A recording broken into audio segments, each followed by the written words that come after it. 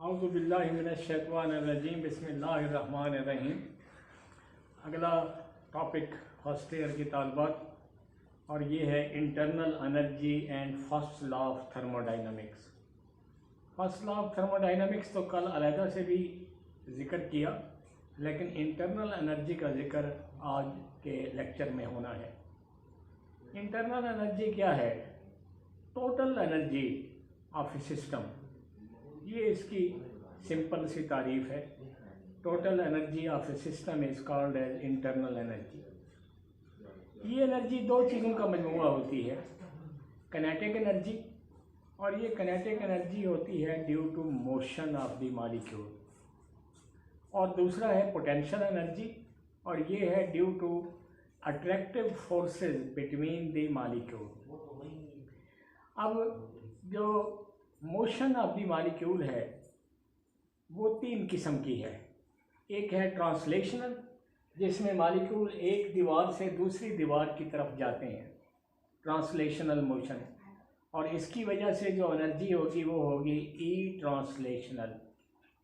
फिर है molecule vibrate करते हैं, इसको कहते हैं वाइब्रेशनल मोशन, और इसकी वजह से जो काइनेटिक एनर्जी होगी उसको कहेंगे ई वाइब्रेशनल। और एक है रोटेशनल मोशन, मॉलिक्यूल का एक एक्सिस के गिर्द, एक महवर के गिर्द घूमना, ये है रोटेशनल मोशन, और इसकी वजह से जो काइनेटिक एनर्जी होगी वो कहलाएगी ई रोटेशनल। और पोटेंशियल एनर्जी हमने कहा ड्यू टू अट्रैक्टिव फोर्सेस है, और अट्रैक्टिव फोर्सेस दो किस्म की हैं, इंट्रामॉलिक्यूलर और इंटरमॉलिक्यूलर, और इन दोनों को जब जमा कर देंगे तो कहेंगे इंटरनल एनर्जी। ये इंटरनल एनर्जी डेल्टा, ये जो है ये एक स्टेट फंक्शन प्रॉपर्टी है। Change of internal energy is a state function. ऐसी प्रॉपर्टी जो डायरेक्शन पे डिपेंड करे, रिएक्शन के स्टेप पर डिपेंड ना करे, उसको हम स्टेट फंक्शन प्रॉपर्टी कहते हैं। तो इंटरनल एनर्जी की जो चेंज है वो एक स्टेट फंक्शन प्रॉपर्टी है, जबकि E1 और E2 जो हैं वो स्टेट फंक्शन प्रॉपर्टीज नहीं हैं। तो अब हम यहाँ से अल्फाज पढ़ते हैं। The system containing some quantity of matter, जिसमें मादा होगा, has definite amount of energy present in it. This energy is the sum of kinetic energy as well as potential energies of the particle contained in the system. Kinetic energy is due to translational, rotational and vibrational movement of the particle, जबकि potential energy account for all type of attractive forces present in the system. These attractive forces, उसमें all किस्म of all types of bond भी आते हैं, ionic bond, covalent bond यानी intramolecular forces, और wander वाल forces भी आती हैं जो हमने चौथे चैप्टर में पढ़ी हैं, प्रेजेंट बिटवीन द पार्टिकल। और total of all the possible energies is called as internal energy. Change in internal energy delta E is a state function. It is not possible to measure the absolute values of internal energy, but it is possible to measure value of delta E for a change in state of the system.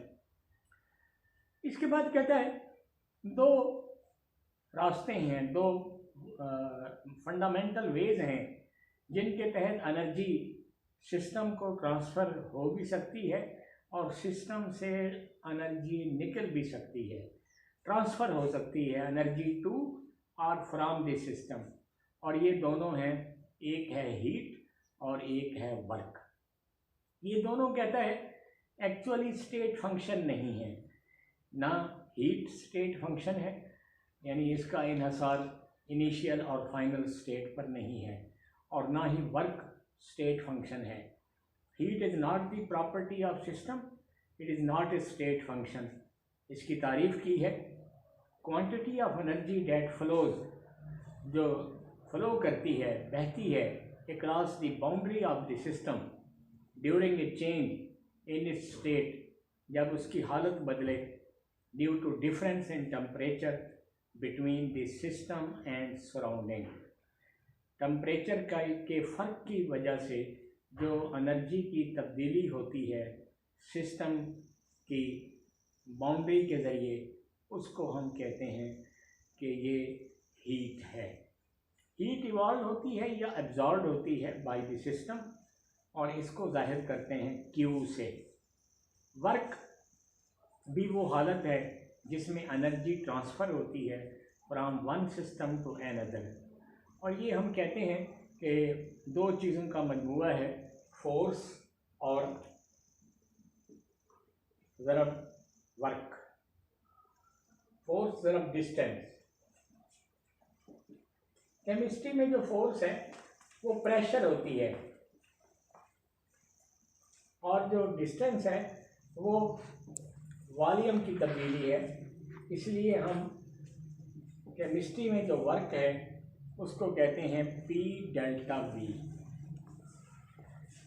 तो heat evolved और absorbed by the system is represented by symbol Q. Work वो form है जिसमें energy transfer होती है from one system to another. ये product है force और डिस्टेंस का। Work is measured in joule in SI unit. मुख्तलिफ़ किस्म के वर्क होते हैं, लेकिन केमिस्ट्री में कहता है प्रेशर वॉल्यूम वर्क होता है।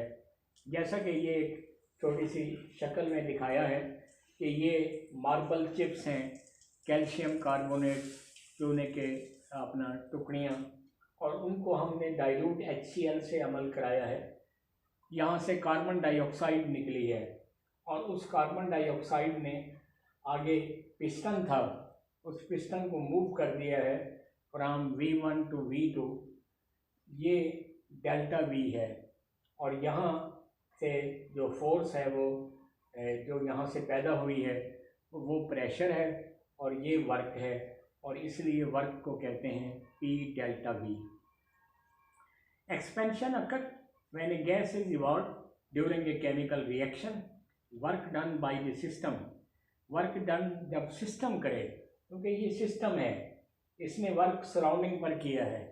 जब सिस्टम सराउंडिंग पर वर्क करे तो इसको हम कहते हैं माइनस P डेल्टा V। अगर उलट बात हो कि वर्क सिस्टम पर हो तो होता है पॉजिटिव साइन। नीचे उसने कहा है इन pressure volume work force become pressure and distance become volume change. P is the pressure and delta V is the change in volume. Work भी स्टेट फंक्शन नहीं है। वर्क का साइन पॉजिटिव होता है when it is done on the system, और negative होता है when work is done by the system. इसी तरह साइन ऑफ QV जो हीट है वो पॉजिटिव होती है when heat is absorbed by the system from surrounding, और ये नेगेटिव होती है when heat is absorbed by the system from the surrounding. अब वो 11वें चैप्टर का एक का टॉपिक इंस्टेंटेनियस रेट और एवरेज रेट। इंस्टेंटेनियस का लफ्ज़ इंस्टेंट से निकला है। किसी एक लम्हे पर, किसी एक इंस्टेंस पे रिएक्शन की रफ्तार को देखना, rate of reaction at a particular instance, इसको कहते हैं इंस्टेंटेनियस रेट। और दो ख़ास टाइम इंटरवल के दरमियान जो रेट है उसको कहते हैं कि ये एवरेज रेट है। शुरू में इंस्टेंटेनियस रेट ज़्यादा होता है, लेकिन वक्त के साथ साथ जब रिएक्शन मुकम्मल होता जाता है तो इंस्टेंटेनियस रेट कम होता जाता है, और एक टाइम आता है जब टाइम ज़ीरो उसको कहते हैं, तो उस वक़्त इंस्टेंटेनियस रेट और एवरेज रेट दोनों इक्वल हो जाते हैं। तो रिएक्टेंट की मकदारें क्योंकि रिएक्शन में कम होती हैं, प्रोडक्ट की मकदारें बढ़ती हैं। पहली बात तो ये है कि रेट ऑफ रिएक्शन को dx/dt से ज़ाहिर किया है। d स्मॉल चेंज के लिए है, x कंसंट्रेशन, और ये है चेंज इन टेम्परेचर। अब फर्ज करें हमारा रिएक्शन है A से B, ए कम हुआ है, बी बढ़ा है। ये जो ए कम हुआ इसको हम कहेंगे डी ए बटा डी टी, और इसके लिए कहेंगे, ये प्लस का निशान लगाया क्योंकि उसकी मिकदार बढ़ रही है, ये मनफी का निशान लगाया क्योंकि उसकी मिकदार में कमी हो रही है, बी ओवर डी टी, और ये दोनों एक दूसरे के बराबर होंगे। The rate at any one instant during the interval is called instantaneous rate, or rate of reaction between two specific time intervals is called average rate of reaction. Average rate और instantaneous rate equal होते हैं for only one instant in any time interval. At first, शुरू में क्या होता है, instantaneous rate is higher than the average rate. At the end of the time interval, the instantaneous rate become lower than the average rate, और एक time interval पर इतना smaller हो जाता है कि average rate become closer to instantaneous rate. Average rate equal होगा instantaneous rate के when the time interval approaches to zero. Rate of reaction is the change in concentration of reactant or product at a given moment of time, यानी इसको जाहिर करेंगे dx over dt से। dx small change है in the concentration of product in a very small time delta t। dx over dt को हम यूँ भी कहेंगे rate of change of concentration with respect to time। एक जनरल रिएक्शन है ए से बी, इसमें क्या है कि ए की डिसअपेरेंस हो रही है, बी की अपेरेंस हो रही है, तो मैथमेटिकली रेट ऑफ रिएक्शन क्या होगा, माइनस डी ए बटा डी टी बराबर है जमा डी बी बटा डी टी, जबकि डी ए और D B are the changes in concentration of A and B respectively. Negative sign ये जाहिर करता है decrease in concentration of reactant A. Since the product increases with the time, sign in rate of the expression is positive. Specific rate constant या velocity constant क्या है? ये क्या चीज़ है कि जब रिएक्टेंट यूनिटी हो जाए, रिएक्शन में रिएक्टेंट की मिकदार यूनिटी हो जाए, तो रेट ऑफ रिएक्शन को उस वक़्त हम कहते हैं कि ये स्पेसिफिक रेट कांस्टेंट है या वेलोसिटी कांस्टेंट है। आखिर में देखें आखिरी फिक्रा, specific rate constant is the rate of reaction when the concentration of reactants are unity under the given condition. इसको हमने के से जाहिर करते हैं, ये remain constant but it changes with the temperature. असल में ये जो रेट्स के बारे में है चैप्टर 8वां है, उसकी में एक लफ्ज़ यूज़ हुआ है एक्टिव मासेस। एक्टिव मासेस क्या होती हैं, मोलर कंसंट्रेशन, और ये क्या है, मोल्स पर लीटर, कि मोल्स लेकर इतना उसमें पानी में डालें कि सॉल्यूशन 1 लीटर हो जाए, तो इसको मोलर कंसंट्रेशन कहते हैं, इसको एक्टिव मासेस कहते हैं, इसको एक्टिविटीज़ कहते हैं। 3 नाम हैं, molar concentration, active masses, activities. और लॉ ऑफ मास सेक्शन हम एक 8वें चैप्टर में पढ़ेंगे। उसके तहत ये है कि रेट ऑफ केमिकल रिएक्शन, किसी रिएक्शन की रफ्तार, किसी रिएक्शन की rate is directly proportional to product of molar concentration of reacting species. जो चीज़ें उसमें अमल कर रही हैं उनकी मोलर कंसंट्रेशन, उनकी अपना क्या कहते हैं एक्टिविटीज़, उनकी मोलर कंसंट्रेशन के डायरेक्टली प्रोपोर्शनल होती है। Rate of chemical reaction is directly proportional to product of molar concentration of the reacting species या रिएक्टेंट्स भी कहते हैं। और ये जो लॉ ऑफ मास एक्शन है, यहाँ उसको उस तरह से लॉ का नाम नहीं देते, बल्कि इसको यहाँ कहते हैं रेट लॉ। फ़र्क थोड़ा सा ये है कि वहाँ लॉ ऑफ मास एक्शन है, यहाँ रेट लॉ है। लॉ ऑफ मास एक्शन होता है जब रिएक्शन रिवर्सिबल हो, दो तरफी हो, फॉरवर्ड भी हो रिवर्स भी हो।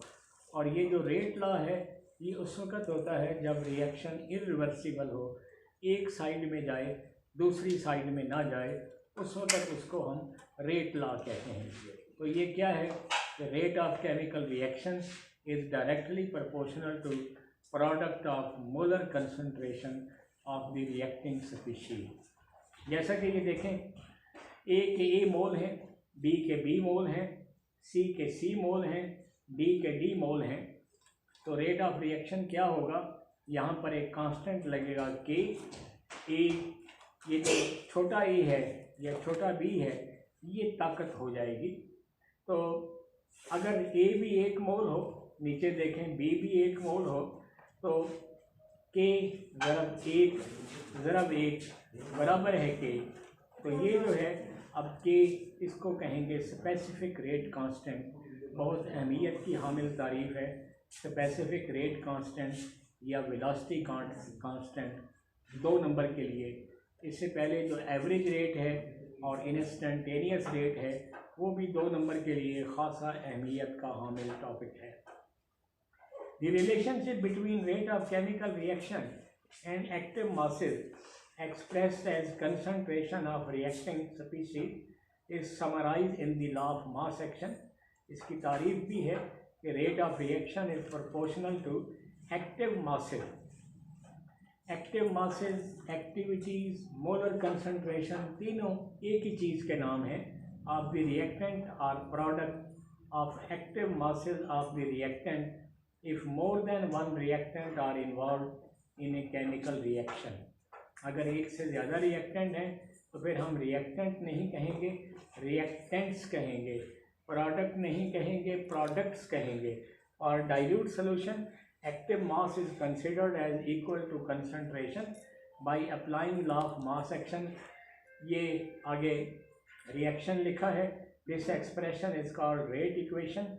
ब्रैकेट में जब हम लिखते हैं तो ये कंसंट्रेशन के लिए है, के प्रोपोर्शनैलिटी कांस्टेंट है, रेट कांस्टेंट है, वेलोसिटी कांस्टेंट है। नीचे उसकी तारीफ आ गई, अंडर द गिवन कंडीशन के remain constant but it changes with the temperature. इससे आगे फिर हम कल देखेंगे। क्या कह रहे थे?